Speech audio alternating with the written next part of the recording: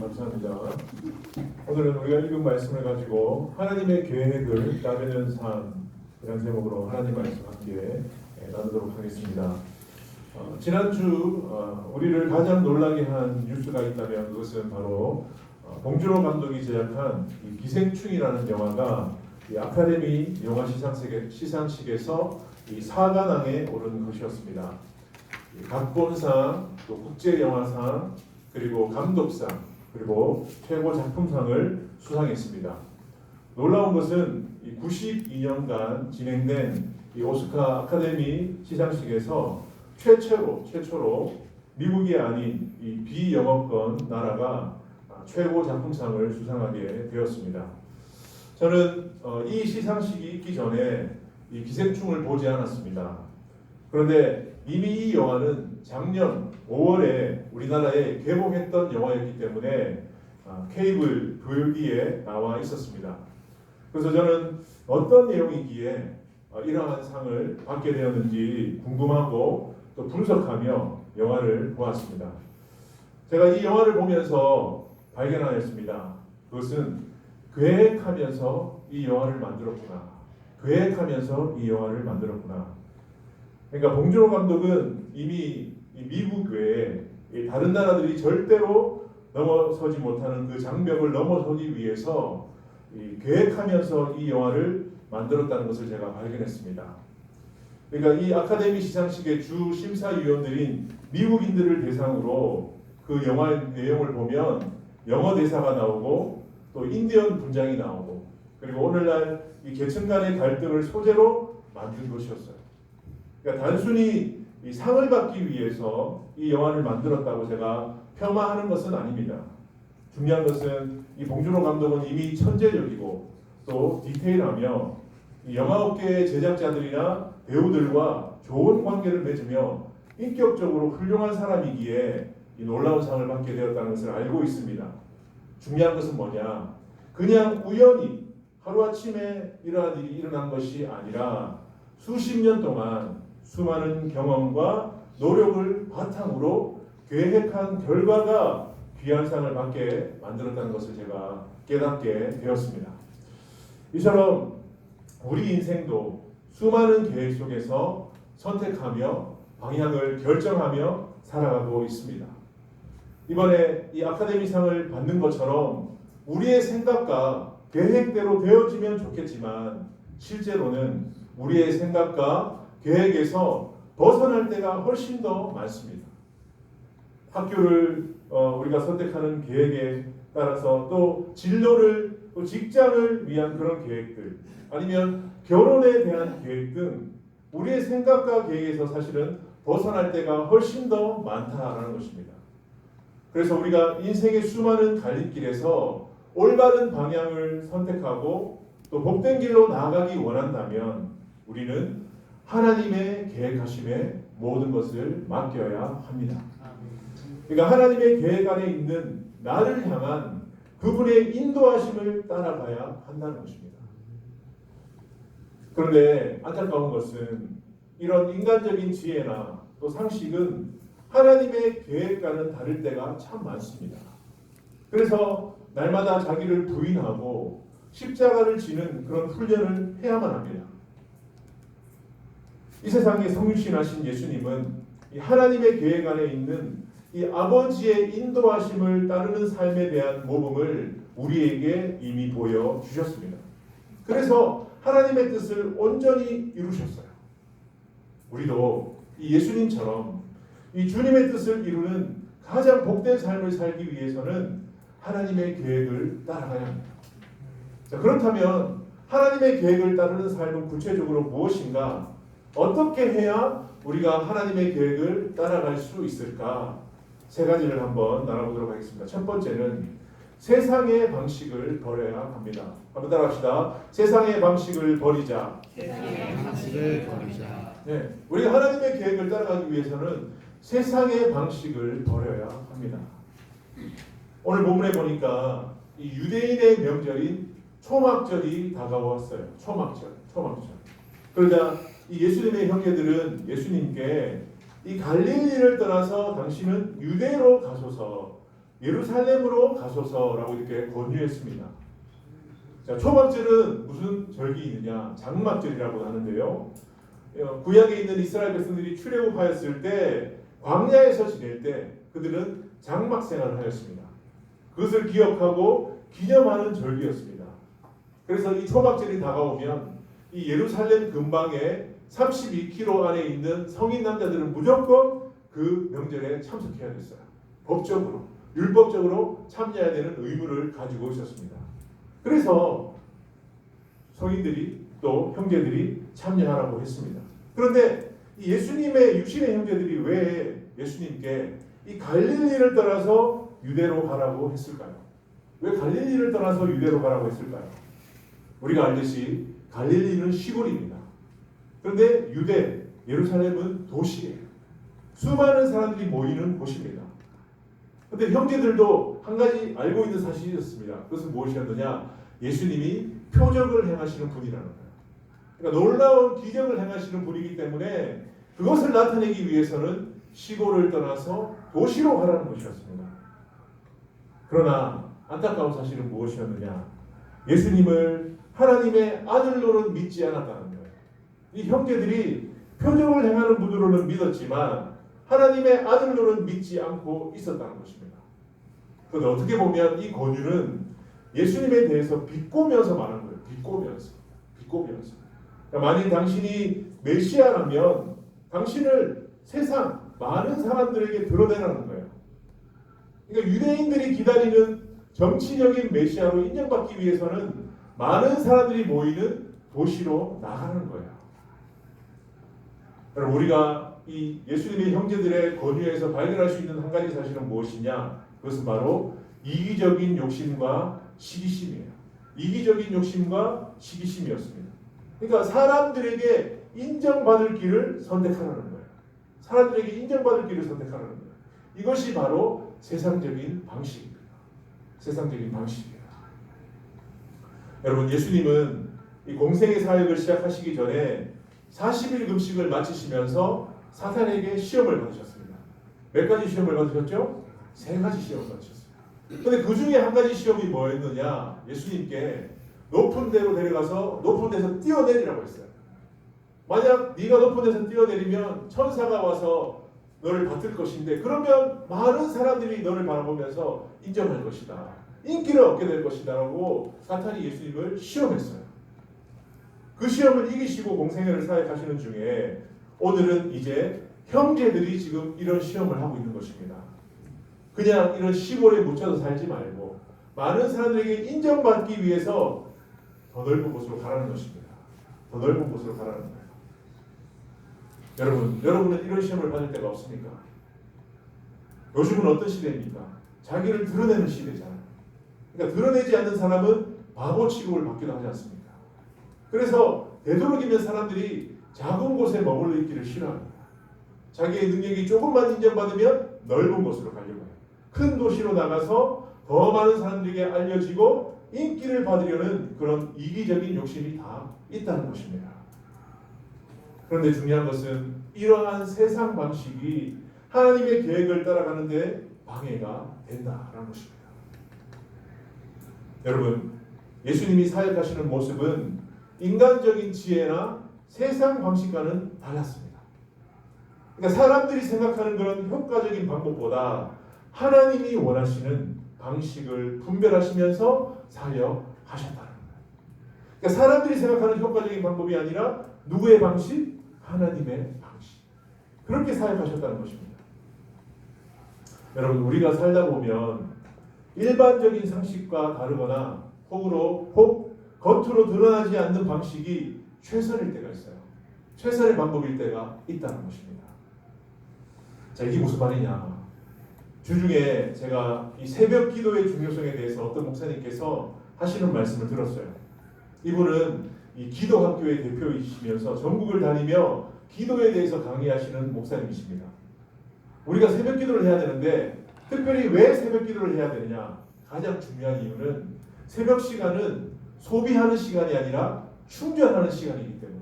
한번 따라합시다. 새벽 시간은 충전되는 시간이다. 충전되는 시간이다.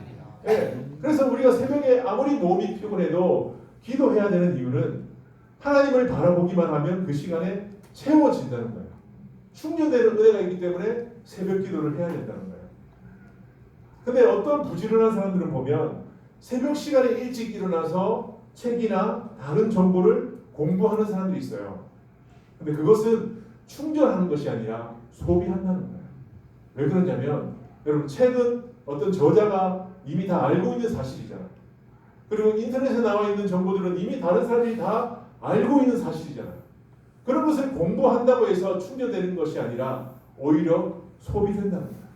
그래서 우리가 충전하기 위해서는 하나님을 바라볼 때, 하나님 앞에서 정말 그의 존재를 바라보며 집중할 때 하나님께서 우리에게 창조적인 그런 지식과 정보를 주시기 때문에 충전된다. 그것이 일반적인 상식과는 다른 새로운 방식이기 때문에 기도해야 된다. 이렇게 말씀하시더라고요.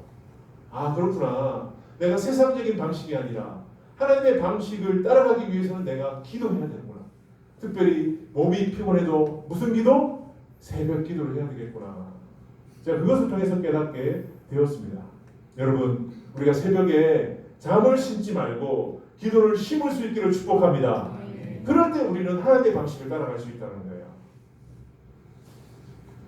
우리가 하나님을 창조주와 인생의 주인으로 믿는다면 우리는 주님의 뜻 안에서 하나님의 방식, 하나님이 원하시는 방식으로 살아야 됩니다. 그러니까 인간의 지혜나 인간의 조언은 그 다음이 되어야 돼요. 최우선의 선택은 하나님의 지혜, 하나님의 마음, 하나님이 주시는 그것을 우리가 붙들고 살아가야 된다는 것입니다. 그래서 우리가 하나님의 계획을 따라가기 위해서는 세상 방식을 내려놓고 하나님의 방식을 선택해야 됩니다. 그렇게 하기 위해서는 우리가 기도해야 된다는 것입니다. 자, 두 번째, 우리가 하나님의 계획을 따라가기 위해서는 때를 기다려야 합니다. 한번 따라합시다. 때를 기다리자. 때를 기다리자. 네, 때를 기다려야 돼요. 여러분, 모든 일에는 다 때가 있습니다. 그래서 전도서 3장 1절에 이렇게 나와 있죠. 한번 같이 읽어볼까요? 시작. 범사에 기한이 있고 천하만사에 다 때가 있나니. 다 때가 있어요. 예수님은 오늘 당신을 부추기는 형제들에게 아직 나의 때가 되지 않았다라고 이렇게 선언하셨습니다. 7장 6절에 이렇게 말씀하셨어요. 예수께서 이르시되 내 때는 아직 이르지 아니하였거니와. 우리가 복음서를 통해서 예수님의 삶과 사역의 그 모습을 보면 예수님은 절대로 어떤 무질서한 열정이나 아니면 충동적인 감정으로 일하지 않으셨어요. 절대로 어떤 무질서한 열정이나 충동적인 감정으로 일하지 않으셨다는 거예요. 항상 예수님의 삶의 모습을 보면, 사역의 모습을 보면 하나님이 기뻐하시는 때를 따라서 하나님과 함께 움직였어요. 그냥 스스로 혼자 움직이신 적이 없다는 것입니다. 여러분, 이 세상에 대부분의 사람들은 주로 어떻게 선택하고 살아가십니까? 여러분 한번 보세요. 자신만의 계획에 따라서 움직이는 것 같지만 실제로 자세히 들여다보면 충동적인 감정에 따라서 움직이는 것을 우리는 보게 됩니다. 지금은 우리가 무슨 시대라고 합니까? 포스트 모더니즘 시대라고 하잖아요. 그러니까 절대적인 것을 부정하고 자신의 감정에 충실하게 살아가는 시대가 오늘날이에요. 그래서 그리스도인들도 여기에서 자유로울 수가 없어요. 여러분, 여러분들에게 한번 질문을 보세요. 나는 감정에 따라서 쫓기는 삶을 살고 있는가? 아니면 철저히 하나님의 때를 기다리며 묻고 하나님과 함께 움직이고 있는가? 한번 질문해 보셔야 돼요. 이렇게 때를 기다리는 것이 믿음이고 지혜입니다. 때를 기다리는 것이 믿음이고 지혜예요. 저는 저 자신을 돌아볼 때도 어떤 때는 마음이 앞서서 기다리지 못하고 제 생각대로 결정하고 느낌에 따라서 일할 때가 많았음을 저는 돌아봅니다. 여러분, 오늘 본문에 나오는 이 당시는 어떤 때였습니까? 유대인들이 예수님을 잡아 죽이려고 하던 때였어요. 그래서 1절에 이렇게 나와 있죠. 1절 같이 한번 읽어볼까요? 시작. 그 후에 예수께서 갈릴리에서 다니시고 유대에서 다니려 아니하심은 유대인들이 죽이려 네, 유대인들이 예수님을 어떻게 하려고 해요? 죽이려고 했어요. 그런 때였어요. 왜 이런 일이 벌어졌습니까? 예수님이 그 요한복음 2장에 보니까 성전에 올라가셔서 성전에서 장사하는 자들을 내쫓으시고 성전을 정화하셨어요. 근데 이것을 봤던 유대 종교 지도자들은 예수님에 대해서 반감을 가지게 되었어요. 나쁜 마음을 가지게 되었어요. 저대로 두면 안 된다. 언제 한번 걸리기만 해봐라. 내가 가만두지 않겠다. 그 마음이 넘어서서 이제 죽이려고 하는 그런 때였습니다. 그래서 예수님은 아직 내 때가 되지 않았기 때문에 나는 지금 올라갈 수 없다라고 말씀하신 거예요. 여러분들이 아시듯이 예수님이 형제들에게 말씀하신 이 때는 무슨 때를 말할까요? 그것은 바로 십자가를 지는 때를 말해요. 내가 아직 십자가를 져야 될 때가 아니기 때문에 함부로 올라갈 수 없다는 거예요. 함부로 올라갈 수 없다는 거예요. 그 때를 위해서는 아직 기다려야 한다는 거예요. 시간이 필요했다는 거예요. 그래서 하나님의 때가 아직 오지도 않았는데 무모하게 예루살렘에 올라가서 그들과 충돌하는 것은 실패의 지름길임을 알고 계셨기 때문에 기다리셨다는 거예요. 여러분, 어떤 목욕탕에 이 보일러실에서 일하는 사람이 있었어요. 그런데 그 사람이 일하는 목욕탕은 다른 목욕탕보다 시설이 좋지 않았어요. 그리고 작았어요. 그래서 그 보일러실에서 일하는 사람이 스스로 생각하기에 우리 목욕탕은 작고 시설이 좋지 않으니까 손님들이 오지 않으면 어떡하지? 걱정하고 있었어요. 그래서 이 보일러실에서 일하는 사람이 걱정하고 있는 것을 목욕탕 주인이 알고 있었습니다. 그래서 어느 날 이 주인이 이 보일러실에 일하는 사람에게 이렇게 말했어요. 너무 걱정하지 마. 모든 사람에게는 다 때가 있다. 무슨 때가 있다는 거예요? 이해가 되십니까? 네. 여러분, 모든 사람에게 다 때가 있습니다. 네. 여기서 말하는 때가 그 때는 아니지만 모두에게는 다 하나님이 각자를 향한 적절한 때가 있다는 거예요. 믿습니까? 아멘. 하나님께서 여러분을 향한 가장 적절한 때를 다 알고 계신다는 거예요. 우리는 그때까지 기다려야 된다는 거예요. 무모하게 움직여서는 안 된다는 것입니다. 그래서 우리는 그 하나님의 때를 알고 움직여야 돼요. 하나님의 때를 기다리며 때가 되었을 때 움직이면 하나님께서 역사하실 줄 믿습니다. 그런데 우리가 감정대로 마음대로 움직이면 아무 일이 일어나지 않는다는 거예요. 하나님의 아들이신 능력자이신 예수님도 이렇게 하나님의 때를 기다리며 갈릴리에 머무셨다면 우리는 어때야 되겠습니까? 우리가 하나님의 때가 이르도록 충분히 인내해야 된다는 것입니다. 여러분, 이처럼 하나님의 계획을 따라가기 위해서는 세상 방식을 버려야 되고요, 때를 기다려야 됩니다. 마지막으로 하나님의 계획을 따라가기 위해서는 어려워도 순종해야 됩니다. 한번 따라합시다. 어려워도 순종하자. 순종하자. 네, 어려워도 순종해야 하나님의 계획을 따라갈 수 있습니다. 여러분, 우리가 이 하나님의 계획을 따라가다 보면 쉽지만은 않습니다. 어렵고 힘든 순간이 찾아와요. 어렵고 힘든 상황과 환경을 만나기도 합니다. 하지만 어려워도 주님의 뜻에 순종해야 돼요. 말씀을 따라가야 한다는 것입니다. 오늘 우리가 읽은 이 본문에 보니까 10절부터 보면 예수님의 형제들이 명절에 올라간 후에 예수님은 은밀히 예루살렘으로 향하셨어요. 안 가신 것이 아니에요. 가셨어요. 유대로 가면, 예루살렘으로 가면 어떻게 됩니까? 지금 예수님이 죽을 수 있어요. 신변의 위협을 느낄 수 있는 그런 상황이지만 예수님은 그것을 감수하고 예루살렘으로 가셨어요. 왜 가셨습니까? 이유는 율법을 지키기 위해서. 율법을 지키기 위해 가셨어요. 순종하셨어요. 자, 신명기 16장 16절에 이런 말씀이 있습니다. 같이 한번 읽어볼까요? 시작. 너의 가운데 모든 남자는 1년에 3번 곧 무교절과 17절과 초막절에 내 하나님 여호와께서 택하신 곳에서 여호와를 배웁되. 그러니까 1년에 3번 무교절, 그러니까 17절, 초막절 때는 꼭 하나님 앞에 가서 하나님을 배워야 돼요. 율법으로 정해져 있었어요. 꼭 지켜야 되는 것입니다. 하나님의 때를 기다리며 인내하셨던 예수님이지만, 그리고 지금 자신의 신변이 위협받는 그런 상황이지만 예수님은 어렵지만 그 말씀에 순종하셨다는 것입니다. 이것이 하나님의 계획을 따라가는 삶의 모습이라는 거예요. 당시 예루살렘은 이 종교 지도자들의 협박으로 인해서 예수님에 대해서 드러내놓고 말하지 못했어요. 사람들이 덜어내놓고 예수님에 대해서 말하지 못하는 어려운 상황이었어요. 이런 상황 속에서 주님은 율법을 따라서 올라가신 것입니다. 어렵지만 하나님의 말씀이기 때문에 순종하신 것입니다. 여러분, 하나님의 계획하심을 따르는 자는 이처럼 세상의 방식을 버리고 하나님의 때를 기다리며 인내하며 어려워도 주님의 뜻에 순종하는 삶을 산다는 것입니다. 잠언 16장 9절에 이런 말씀이 있습니다. 우리 같이 한번 읽어볼까요? 시작. 사람이 마음으로 자기의 길을 계획할지라도 그의 걸음을 인도하시는 이는 여호와시니라. 아멘. 우리의 경험과 지식으로 우리의 길을 계획할지라도 우리를 인도하시는 분은 누구십니까? 하나님이십니다. 그렇기 때문에 우리는 주님의 계획하심을 따르는 삶을 살아야 한다는 것입니다. 이 말씀은 무슨 말씀이냐? 우리의 걸음이 우리에게 달려있지 않고 누구에게 달려있다는 거예요? 하나님께 달려있다는 것입니다. 하나님께 달려있어요. 우리가 계획하는 것 같지만 우리의 계획대로 나가는 것이 아니라 하나님께서 우리를 이끌어 가신다는 것입니다. 말씀을 마무리하려고 합니다. 제가 돌아보니까 이 축복교회에서의 사역이 이제 1년 4개월이 되었습니다.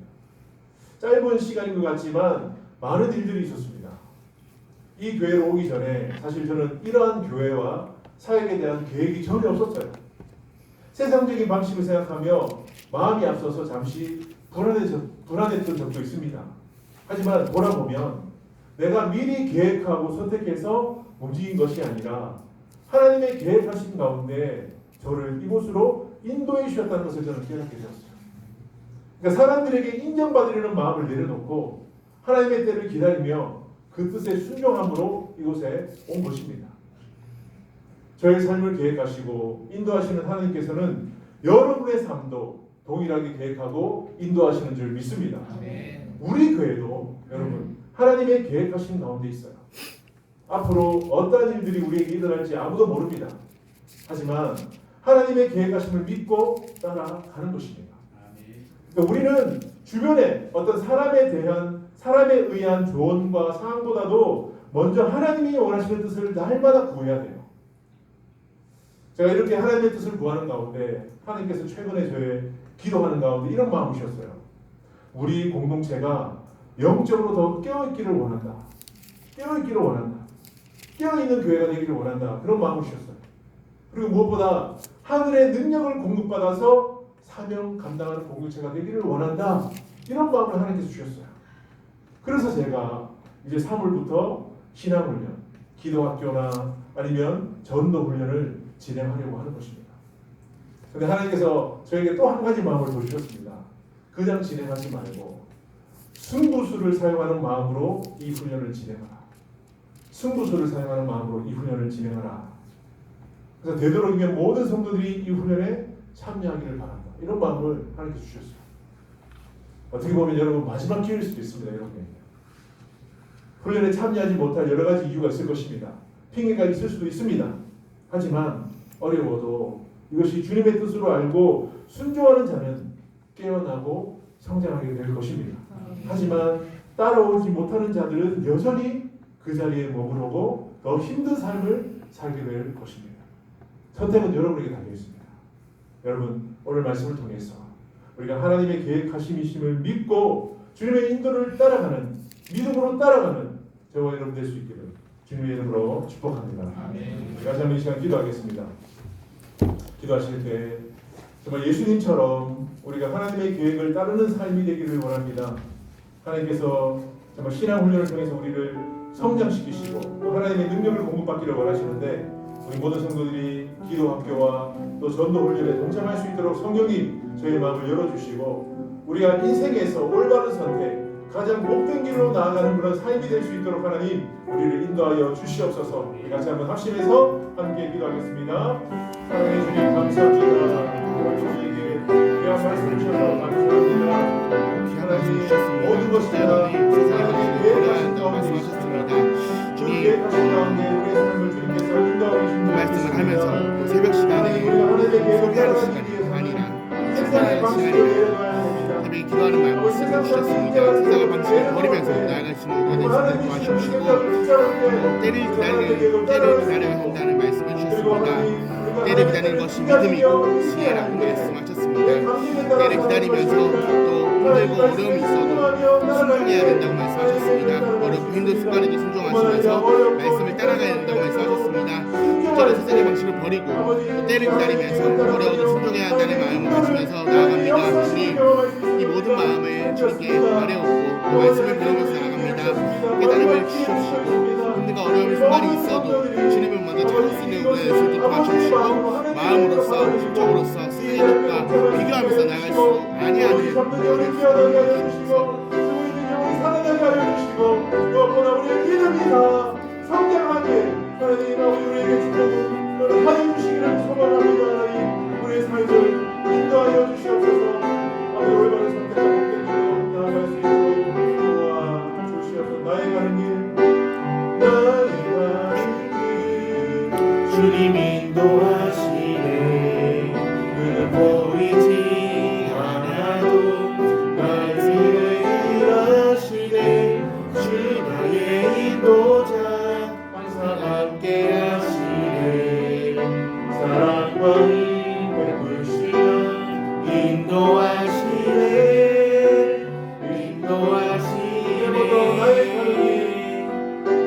나의 가는 길 주님 인도하시네. 그는 보이지 않아도 날 위해 일하시네.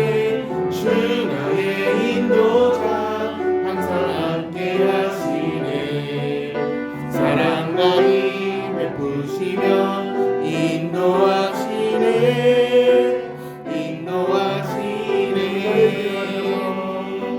광야의 길을 만드시고 나 인도해. 사막에 나 만드시고 보라. 하늘과 땅 변해도 주의 말씀 영원히 내 삶 속에 새 일을 행하리. 나의 가는 길 주님 인도하시네. 보이지 않아도 날 위해 일하시네. 주 나의 인도자 항상 함께 하시네. 사랑과 힘 베푸시며 인도하시네.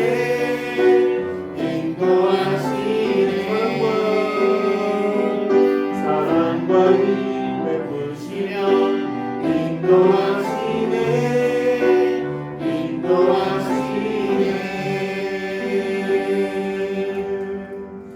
주 예수 그리스도의 은혜와 하나님의 사랑과 성령의 함께하심이 하나님의 계획하신 가운데 우리를 인도하시는 그 하나님을 우리가 어려워도 말씀에 순종함으로 끝까지 따라가기를 결단하는 우리 축복교회 성도들 가운데 지금부터 영원히 함께하시기를 예수님의 이름으로 간절히 축원하옵나이다. 아멘.